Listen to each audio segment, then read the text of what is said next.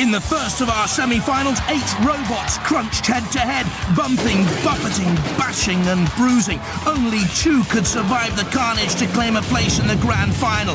They were simply the best, fanning the flames of desire, Firestorm with its spark of ingenuity, and Chaos too. Now from our second semi-final, who else will go through?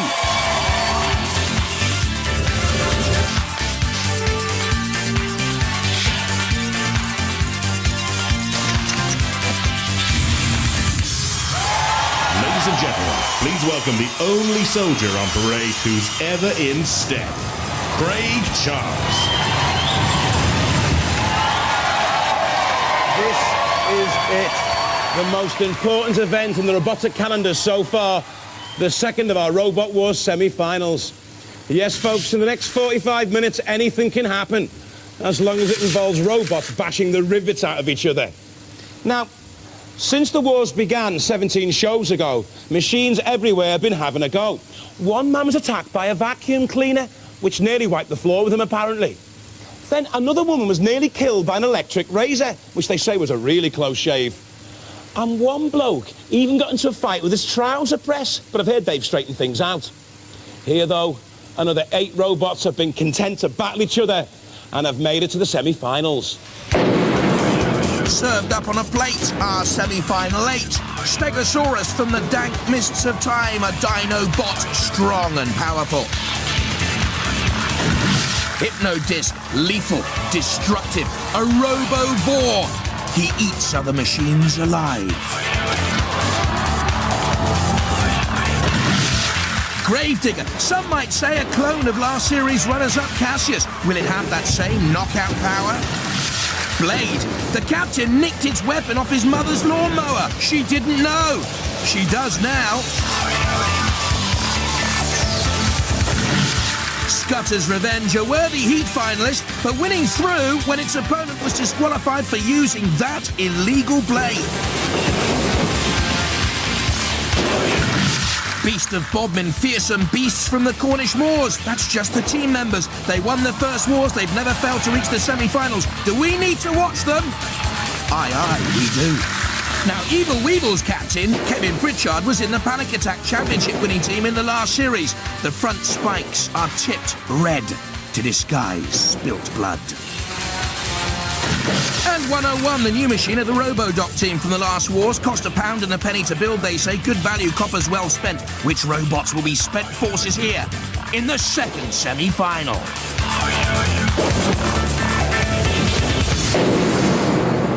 As usual, tonight's contenders will enter a grueling knockout competition. Except these robots are the fiercest of the fierce. Don't expect the Queensberry rules to rear their ugly heads here. And in the end, only 2 survivors can return for next week's grand final.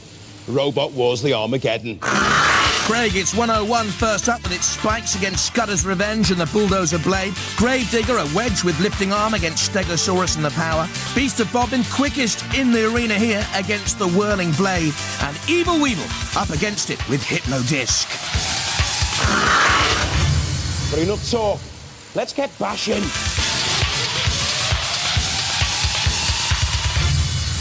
From North Hampshire, 101. The CO2-powered ramming spike will pierce 1/8-inch steel plate. The tracks come from an old bottle washing machine. Screws sticking through the tracks will give more purchase and ruin our arena floor. Hi, I'm Mike. This is Paul and Amy. This is our Robot 101. It'll run either way up on the tracks. It's got a very complicated weapon system that automatically fires when another robot comes in front. Bang. Well, it was hardly bang, smash, wallop in its heat, but 101 was too powerful for anyone else. Starting off with Overkill, who'd begun brightly, petered out, and I'm afraid became fodder for the house robots. So that gave 101 an early victory in its heat. Next up, Centurion with its Legionnaires axe, formidable looking. Its roaming ways across the arena, though, came to nothing. 101 chased it down. And then King Buxton. This was a rematch from the last wars, and a grudge match too, I can tell you. It was a war of attrition, until King Buxton's motors burnt out. It went to the judges, and they came down firmly in favour of 101. Mike and Amy Franklin with her little mascot, a cuddly toy. From Essex, Scudder's Revenge. Revenge against the robot world is the dark mission, driven on by double 2-horsepower car-starter motors from V6 engines. The front bulldozer blade is the weapon. We're the Scudder's Revenge team. This is Graham, this is Remy, and I'm Darren. This is our robot, Scudder's Revenge. It's basically been built for sheer power and strength. Our main weapons are a flipping blade at the front that's just for either flipping robots or pushing them away. We've got running sort of 1.5 kilowatt motors. We've had it pull in a 4-ton truck, so we should be pretty all right for anyone who can come up against us. Zeus were first up against Scudder's Revenge, and the power of the push clearly seen here. Hardly a godlike performance from Zeus. Then rather hot under the collar, and ended up broiled in the pit. Thermidor. In the heat final, Scudder's Revenge was actually beaten by Pussycat, but they were disqualified for using an illegal hardened steel blade. As it's a technical contravention, and for health and safety reasons, the judges have had to vote that you be disqualified because the saw shattered, and it was against the rules. For you, it means that Scudder's Revenge now is the series semi-finalist. You told me Judgment Day was overdue. It was postponed. It was postponed. Yeah. And it was postponed. Yeah. You're still in the game. So Judgment Day has yet to come. Yes. Don't mess with Philippa, laying down the law there for Darren Ball on the right-hand side with the controls. Roboteers, stand by. Against the 101 machine of Mike and Amy Franklin. This, the first of the battles in this second semi-final. 1. Activate. It's 101 moving away from the early charge of Scudder's Revenge to come in and up and over almost that front bulldozer blade. Great strength from Scudder's Revenge. Don't forget, that's its main weapon, and 101 pushed into the CPZ and very nearly under the hammer blow there of Shunt. 101, great traction and spinning, and embedded in those tracks are the screws, which don't do us any favours on the arena floor, I can tell you. Scudder's Revenge here looks mean and menacing. Well protected also by that aluminium body shell, but Mike Franklin at the controls of 101, trying to get in behind Scudder's Revenge, perhaps detects an Achilles heel there somewhere. And of course we want to get his own pneumatic spike into play. Should come into play when it detects another robot near, but we haven't really seen that, to be honest. Well, this again developing into something of a war of attrition here. 101, 79.5 kilos, slightly heavier than the Scudder's Revenge boys and their machine. Scudder's Revenge digging in. Extra traction from its aluminium mono chassis design tracks, but I'm not too sure whether there's any life in Scudder's Revenge to move forward. I think Scudder's Revenge here is in trouble. It's dug itself deep onto the arena floor, yes, to get traction, but it can't move, and Shunt, as you can see, causing all sorts of damage now. I don't know about you, but I think Scudder's Revenge is finished here now. 101 slamming in on the side. It must be because the house robots have detected that Scudder's Revenge is finished, so they can come in now for the kill. There's Killalot and Matilda at the bottom of your picture. Now to bring in the big chainsaw, and Killalot said, no, this baby's mine. I want Scudder's Revenge. Let me finish off Scudder's Revenge. It's finished whatever way. 101 the winners with Mike and Amy. Well, just anything called a scutter not to clean up. They've been sent to room 101. 101 go through.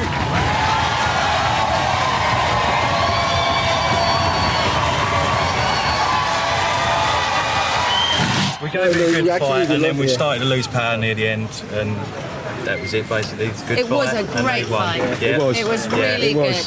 Yeah. Now, when is Judgment Day? Next year. Next year. Oh! No, Judgment Day is here now. Judgment Day is the day for Scudder's Revenge. It's been postponed. It's been postponed again. Mum's been busy with the genetics, and son of Scudder will be here next year. Oh, OK, well, we'll look forward to that. Thanks, guys. Cheers. That was a fantastic battle.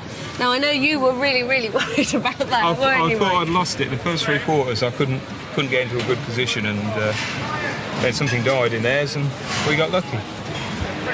Look at the state of it, though. I've got to fix it again now. Naked men for 101, but they're through. Gravedigger and Steg-O-Saw-Us next up in the semi-final. From Norwich, Gravedigger. The heaviest in the heat, the steel shell is a coffin shape. The top speed of 5 miles an hour is a funereal pace. Took 4 months to build, but could be laid to rest very quickly at this level. I'm Dave, this is Jonathan, and this is Gravedigger. The robot has got an arm that worked off a 2-ton hydraulic ram and off pneumatic pressure. It runs on 2 1-horsepower electric motors, and it's going to shove the opposition right out the arena.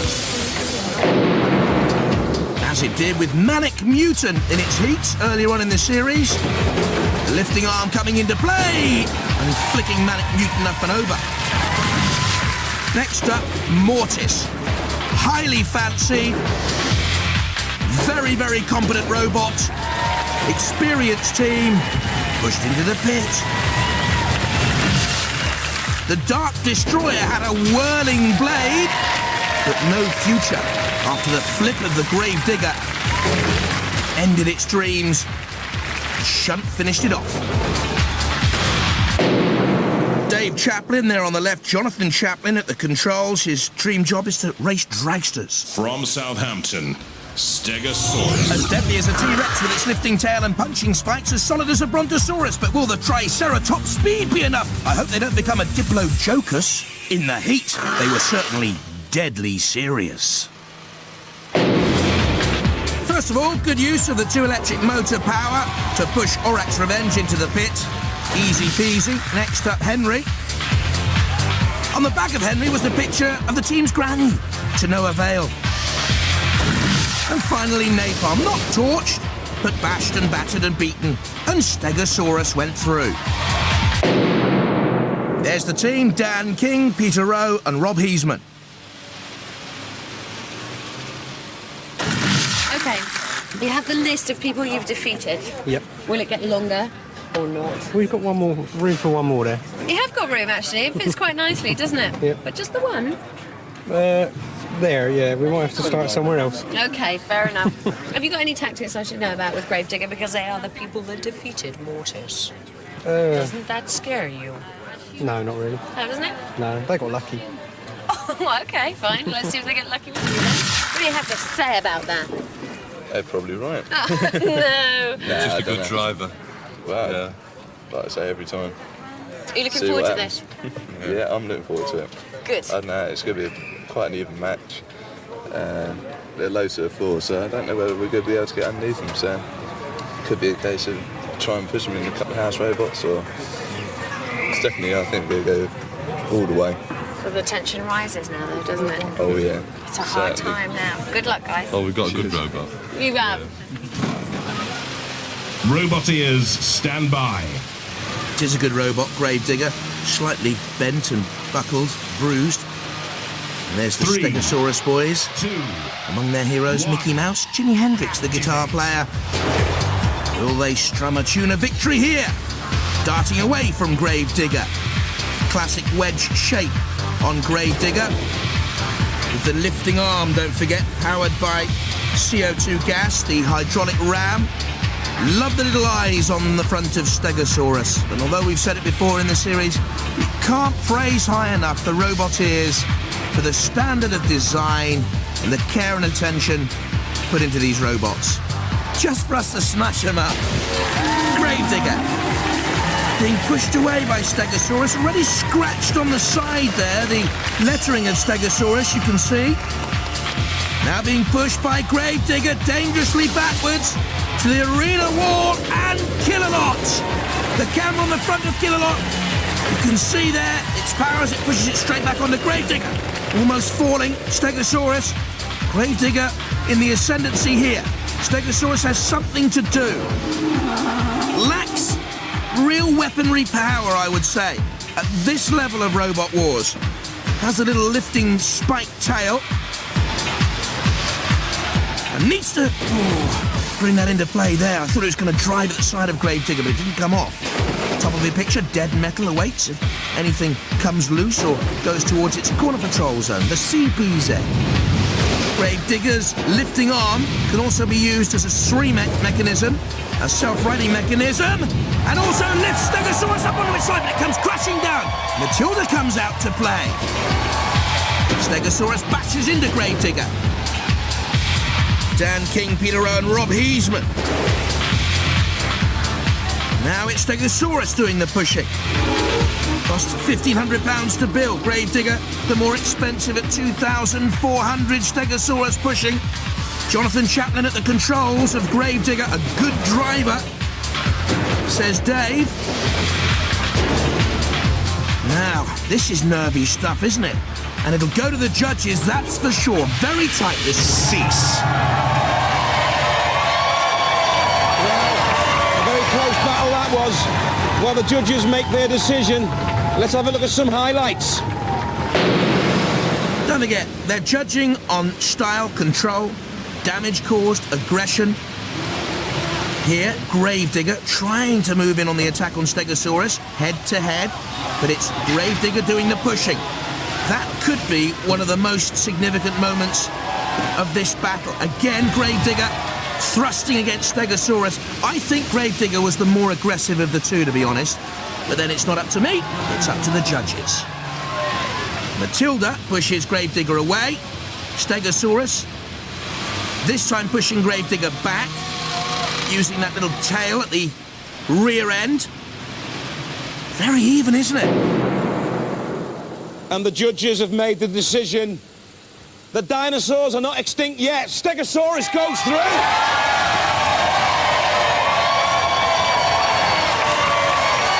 Well, what do I know? Wrong again, then. The judge is going for Steg-O-Saw-Us. Shame to see Gravedigger go. Good father and son team. Good spirits. Beast of Bodmin next up with Blade. From Cornwall, Beast of Bodmin. A cheeky wink, a spurt of petrol from the two-stroke engine, a buzz of the circular saw, and a butt or two from the CO2-powered front tusk, and the champions of the first series were through to the semi-final. Hi, I'm Chris, this is Pete, this is Hender. You might recognise us from the last two wars as the Roadblock team, but we're back again. This is our new machine, the Beast of Bodmin. It's quite similar in the shape as Roadblock, but we've used sheathed aluminium for the majority of the body, and we've got some marine fiberglass at the back end, which is pretty tough. This time round we're using a different sort of setup in terms of weapons. We've got a CO2-powered ram up at the front, but again we're using a petrol-driven circular saw at the back. We've also got two animated eyes, which are there really for fun and a bit of effect. Those eyes staring straight into trouble in the first battle of its heat against Crusher. The problem with Crusher, the track came off, having caused damage to the Beast of Bodmin. And from then on, there was only going to be one winner. You can see the sort of damage that Beast of Bodmin sustained in that first battle. Onslaught was easily toppled. Up and over. Much lighter robot, couldn't compete with the Beast. In the heat final, it was Invertebrat. Matilda had a go at Invertebrat, got stuck on the arena spikes too, really. And the Beast of Bodmin was far too strong, making it in to this semi-final. Chris Kinsey on the right, Hender Blewett on the left at the controls. From Newbury, Blade. The weapon is a counter-rotating 42cm rotary lawnmower blade with added slashers. The shell's thick steel and shatterproof polycarbonate. I'm Josh, captain of Team Blade. On my left we have Jeff, and on the right I have Ben. This is Blade. All we intend to do is smash our opponents, slash and grind with these lovely cutters. Weighs about 12.5 stone, so beware. The blade nicked from his mother's lawnmower. Spike feeling the force not of the blades, but of Sergeant Bash's claws. And into the pit. Agent Orange next up with the pickaxe. Little power in that, and causing little hooliganism. In the climax of the heat, Agrobot pushed onto the flame pit and the Hearst robots, and Blade went through. At the controls, Chef Reed is writing a book of good food guides. It features kebabs. Roboteers, stand by. Beast of Bodmin, yellow and black, The colours proudly worn of Cornwall. 3, And the Blade team. 2, 1, activate. Good battle, this. Beast of Bodmin will start as the battle favourite, pushing Blade back onto the arena wall. I wonder if Josh Ainsley's mother has realised. Go out and check in the garden shed. Look at your lawnmower. Not much use without any blades, I would think.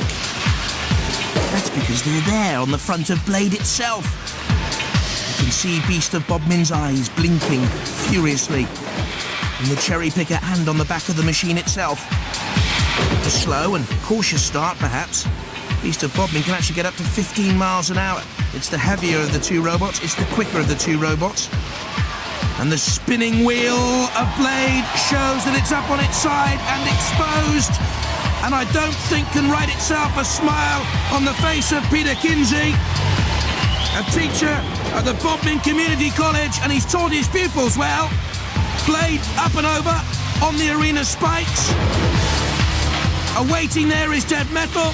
Only one winner of this now. Matilda sniffs prey. So does Dead Metal. Oh, what a sorry end for Blade this is. Slicing into the underbelly is Dead Metal, hauling Blade back into its lair, almost kill a lot there too. Pinning it down with the lance. The sparks fly. Cease. Back to the kebabs, Jeff Reed and the Blade team. Blade stabbed in the back. The Beast of Bodmin savages him, and the Beast of Bodmin goes through. Let's hear for the Beast of Bodmin!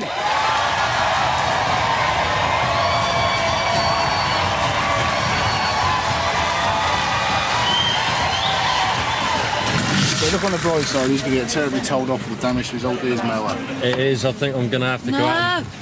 Is it really? Yeah, I'm going to have to go out and buy Look!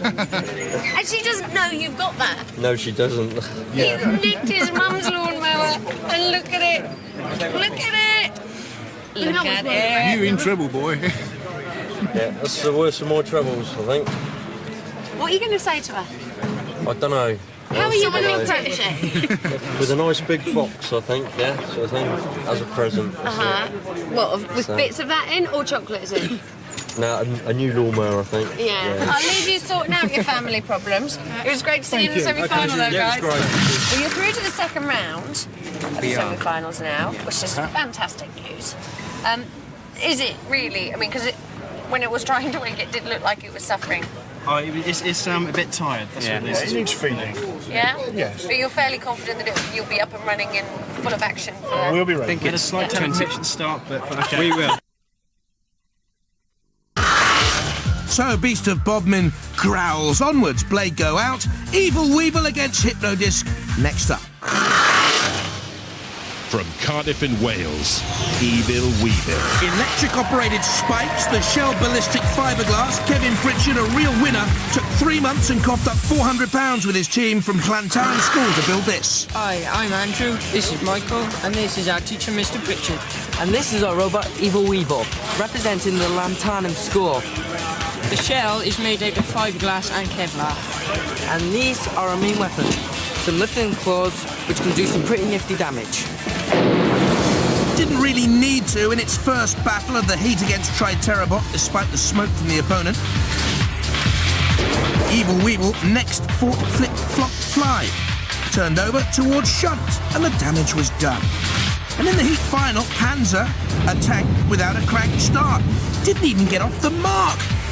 Evil Weevil did all the damage, controlled aggression, pushing onto the arena wall, and it's Evil Weevil who made it through to the semi-final. Michael Walsh at the controls. His hero is Jim Carey, his mask, one of concentration. From Oxford, Hypno-Disc. The rotating disc spinning at 600 revs per minute is one of the deadliest weapons we've ever seen. Powered by a 750-watt motor, a welder from the NASA Space Shuttle program was used on this. Hello, my name's Dave, and I'm the team captain of Hypno-Disc. Our team members are Derek, my brother, and my father, Ken. Although our robot can pull a car, the main weapon is this 18-kilo flywheel which runs at 500 RPM, which can do this. What damage caused by Hypno-Disc. Robo-Geddon, the first to feel its force. And very little was left. Stealth went the same way. Hardly a stealthy approach by Hypno-Disc. But then look what happened in the heat final. Berserk 2 was strong enough to withstand the pressure from Hypno-Disc, which got a lucky break. There, Berserk toppled. I don't know what damage Hypno-Disc would have caused otherwise. The rose is blooming. Ken and Dave, and Philippa was with them in the pits earlier. If you can be the spinning disc of gloom and doom and evil and terror and wreckage and carnage, Yeah. again, that we all Yeah. expect you to be. Yep. Good. It's going to go round fast then. Yes, we've got it tuned lovely. It's going faster than ever. It's going to be a great battle.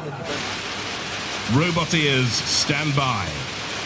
Hypno-Disc, sadly, twin brother Derek couldn't be here today. There's Ken and Dave on the left. 3, 2, 1. Controls of Evil Weevil, Michael Walsh. What a likeable but earnest young man he is. Serious? Has to be. Hypno-Disc is deadly. Evil Weevil, stay out of trouble, I would. And maybe try and lift with those front spikes. Oh no! Michael, get away from the CPZ. Well done. Well, just deflecting a blow of Hypno-Disc. This is interesting because if the weapon doesn't cause damage from Hypno-Disc, what else does that spinning robot have? Mind you, it does have the disc, and look at that! Causing problems for Evil Weevil. Something flew off the shell of Evil Weevil. Good battle here. Kevin Pritchard's now taken the controls of the Beetle. That's an interesting development. And I wonder if he's trying to get those blood-tipped spikes in underneath Hypno-Disc. Got quite a high ground clearance, 23 millimeters, and maybe Evil Weevil can get in underneath. That's what Kevin thinks, holding the controls high to get a clean, crisp signal out to the Beetle. But it's Hypno-Disc on the attack. Something flies off again. Hypno-Disc pushing Evil Weevil. Oh, slamming and lifting it. And there, don't forget, Kill-A-Lot awaits in the CPZ. Evil Weevil dangerously close. Do not back towards the CPZ. That could be the end of the Beetle. Kevin Pritchard gets your machine up and away from that area. Is there a problem with the controls, I wonder? They can't get a clean run away, and it's Hypno-Disc on the attack, inexorably pushing Evil Weevil towards Kill-A-Lot in the Lance. Good driving here by the Roses. And Evil Weevil. Well, a rose between 2 thorns, 3 thorns, shunted metal Kill-A-Lot. All in on the kill of Evil Weevil, immobilised in the CPZ. You do not want to be in there, Kevin Pritchard. And boys, that's what happens when you let the teacher take over. Well, Evil Weevil is exterminated. Hypno-Disc goes to the rent-a-kill. Hypno-Disc goes through.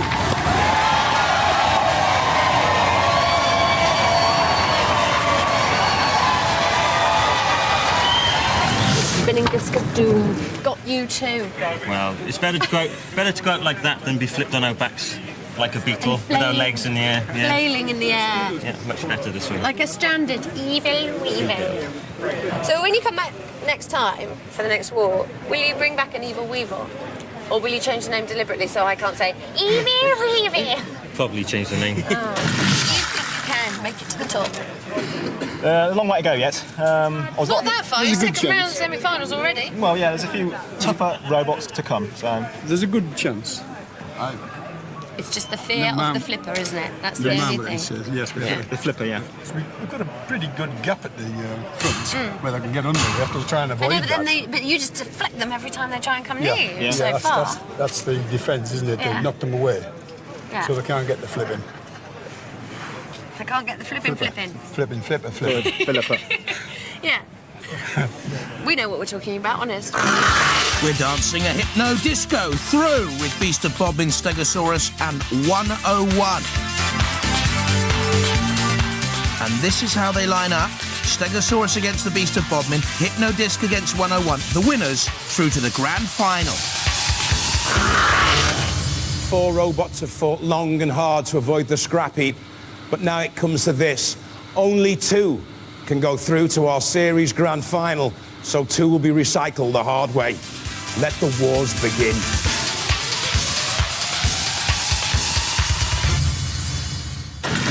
Steg-O-Saw-Us team, it's time. How do you feel? Are the nerves worn off yet, or are you getting more nervous for each round? No, they're wearing off as it goes on. It was really nerve-wracking when we first went in, but as it goes on, you get to know what it's like. You know, it's not so bad. You're up against the dark beast of Bodmin. Doesn't scare us. No? No. Oh, fantastic. Okay. The moment is just almost upon us. It's getting rather exciting. It's getting It's nerve-wracking. getting very exciting, very nerve-wracking. Very nerve-wracking, yes. Anything else? Your weapon's still not working. The weapon's still not working. You don't think you need it? Well, why did you put it in there in the first We've place got a then? powerful wink. We would like the engine. We've worked hard to try and get it to work, but I mean, we have to accept it. We're not going to have it. We've got this far without it, so I mean, it would be great to We'd have love it. to have it. Can you win Robot Wars? Don't think so.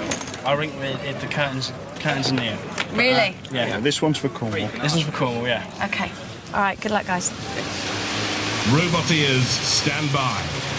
Steg-O-Saw-Us, from the mists of time, Dan, Peter and Rob, and Beast of Bodmin like the Cornish legend Trelawney, up to fight for the name of the duchy. Beast of Bodmin cruising slowly. Steg-O-Saw-Us rolls away. They're the wedge shape on the front of Beast of Bodmin, slightly bashed and dented, but of course, scars of war, worthy trophies. At this stage, they've come such a long way. They've never failed to reach the semi-finals. The team from Beast of Bodmin, roadblock champions of the first series. Steg-O-Saw-Us done magnificently to get this far. I think they've surprised all of us, to be honest. Bumping and pushing. Ooh, one of the eyes shut. I think they've got a black eye, Beast of Bodmin. Chris Kinsey, the team captain at the controls. Steg-O-Saw-Us pushing back on Beast of Bodmin. Well, a curious, myopic look now. Beast of Bodmin becomes something of a cyclops. Can't get its own weaponry into gear either. I think Beast of Bodmin has a real problem here. Steg-O-Saw-Us nervously nudging away, almost as if it can't quite believe what it's done here. Look there at the punishment! Shunt on the top of Beast of Bodmin. Well, Beast of Bodmin lifted into the air, great weight, almost pulling Shunt over. But is the Beast immobilised here? Is the Beast of Bodmin more myth than reality? A wry smile on the face of Peter Kinsey, who once showed off his technology projects to the Prince of Wales. At the moment, it's the house robots showing off because they sense a kill.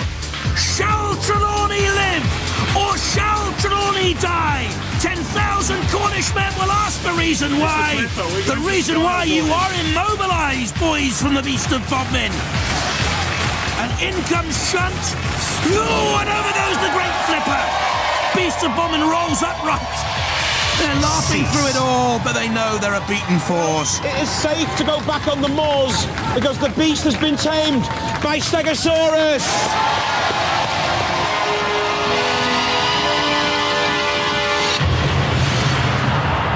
Well, guys, you're through to the grand final. Yep. Did you think you'd get this far? Nope. Didn't think we'd make it through the first round. What's your strategy going to be now? Because you're going to be up against some tough robots. Just keep plugging away at them and hope they die before us. Die before us, Steg-O-Saw-Us. Ladies and gentlemen, give it up for Steg-O-Saw-Us. Well done, lads.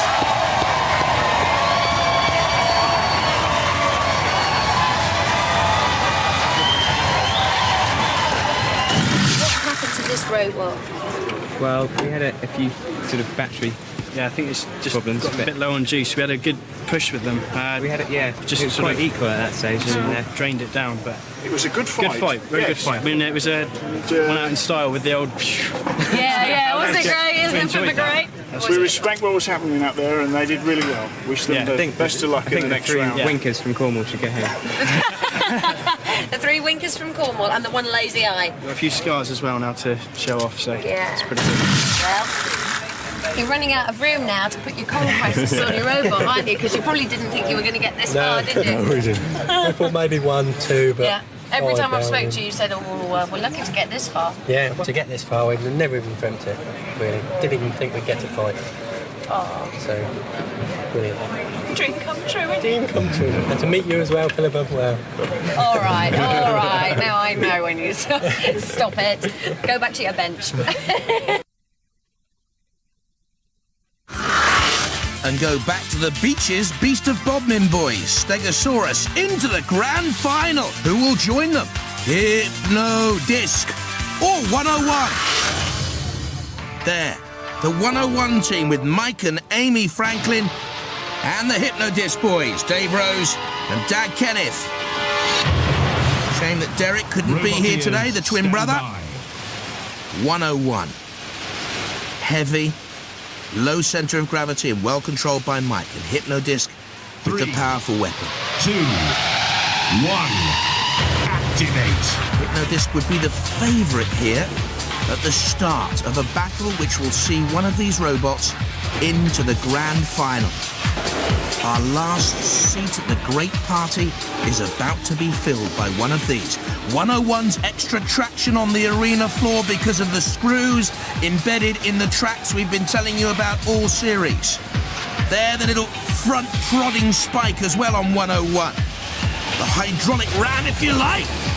And a worthy weapon, is it? Onto the Hypno-Disc. It spins slowly, trying to rotate up to its maximum 600 revs per minute. Backing away, Hypno-Disc, under the controls of Dave Rose, who's built and flown radio-controlled aircraft for the last decade. There, though, Mike Franklin at the controls of 101 we saw briefly. 101 pushed towards dead metal into the CPZ. Between a rock and a hard place there. Get out, get out, get out. Well, he has got out. Well done, 101. Hypno-Disc, spinning quickly. Mike Franklin at the controls of 101. Amy looks pensive, a little bit worried alongside him. With the furry mascot. No furry mascots there. In fact, no fur on the head of Kenneth whatsoever. Really? It's Hypno-Disc underneath 101. Bouncing. Very close, this semi-final battle here now. Hypno-Disc turning away. Backing into the CPZ. Dead metal has it into his clutches. Bad driving there. Oh, and down comes the circular saw of dead metal.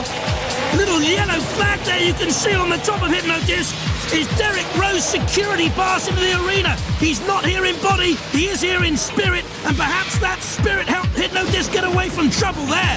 They needed something. A miraculous escape. Now on the attack, Hypno-Disc 101 onto the flame pit. Hypno-Disc's weapon, you know, throughout this semi-final has not been as potent as we thought. Power. Look at this, two great robots push against one another. Well, the roses look on as Hypno-Disc now tries to get away from dead metal for a second time. No great power or revolutions behind that weapon now. Is there something wrong with it, I wonder? The judges look on because it could be they who make the final decision here. Who goes to the grand final? They will have to make a decision because time is running out. The judges will decide whether it's Hypno-Disc or 101. They come to a halt, significantly side by side. It was that close. Who won? He doesn't know. Neither do I. This is a first on Robot Wars.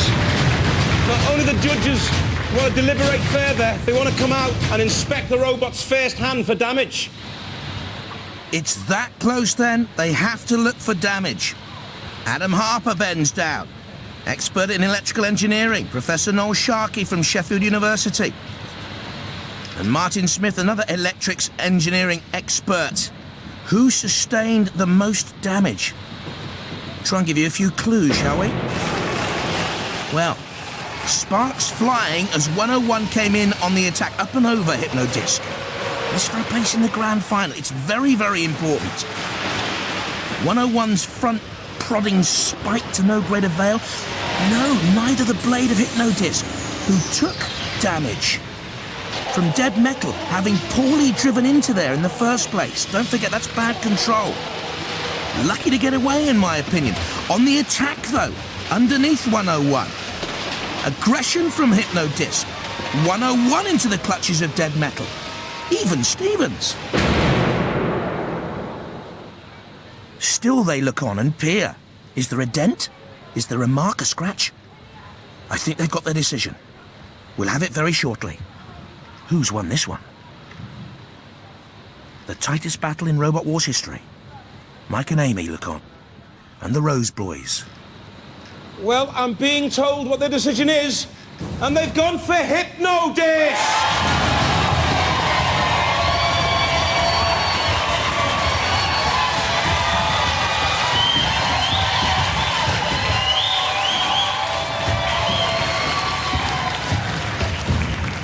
I'm sorry, little Amy. Are you upset? I know, but you'll come back next year and try and win again? Maybe. You did very well. We did really well. You got through to the series semi-finals and you did very, very well. Have you got a little poem for me? I heard you're a budding poet. Yes. Can I hear it? Oh, wow, look at this. It's called Craig. Okay. Craig is a trooper who works all day long. He always gets the cameras wrong. When his favourite robot wins, he grins and grins. He really... What's that say? Likes Amy. He really likes Amy and her bunny. We think he's really funny. He gets his lines wrong again and again, but we like him all the same. Thank you very much.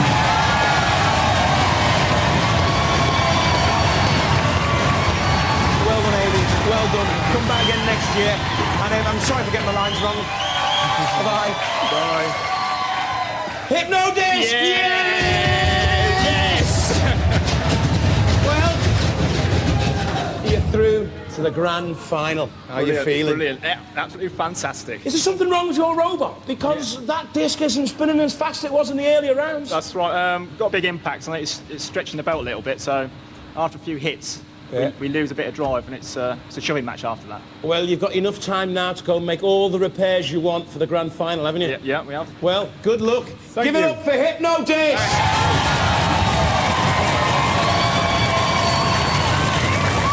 Well, who cares about the ozone or if the ice cap thaws? We're environmentally unfriendly on Robot Wars. Bye-bye. So we now have our 4 grand finalists. Firestorm with power to lift and raise, to roll over and topple, to flick and maneuver, steady driving skills, cool and collected this one. Chaos 2 with a lethal lifting and tossing flipper, virtually undamaged, unscathed and looking unbeatable. Can anything stop the rock and roll dance of this one? Steg-O-Saw-Us, strength to push, yes. Surprising victories, it could yet stun us all. And the big question for the remaining finalists, can the Hypno-Disc team get that weapon working properly? If so, get ready to wince, to gasp and gape, to cheer and fear the grand final of Robot Wars. Now that's fighting talk.